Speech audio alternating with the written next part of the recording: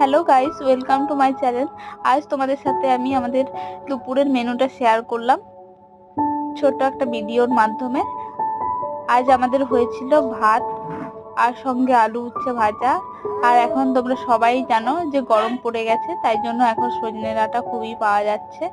তাই সজনে ডাঁটা, উচ্ছে, আলু, গাজর, বেগুন এসব দিয়ে একটা তরকারি, আর সঙ্গে ছিল চিকেন।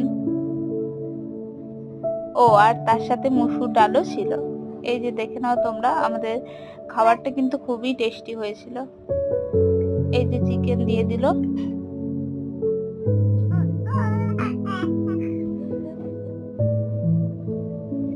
চিকেনের কষা করা হয়েছিল, ঝোল ঝোল হয়নি, আর তাই জন্যই ডালটা করা হয়েছিল আর কি।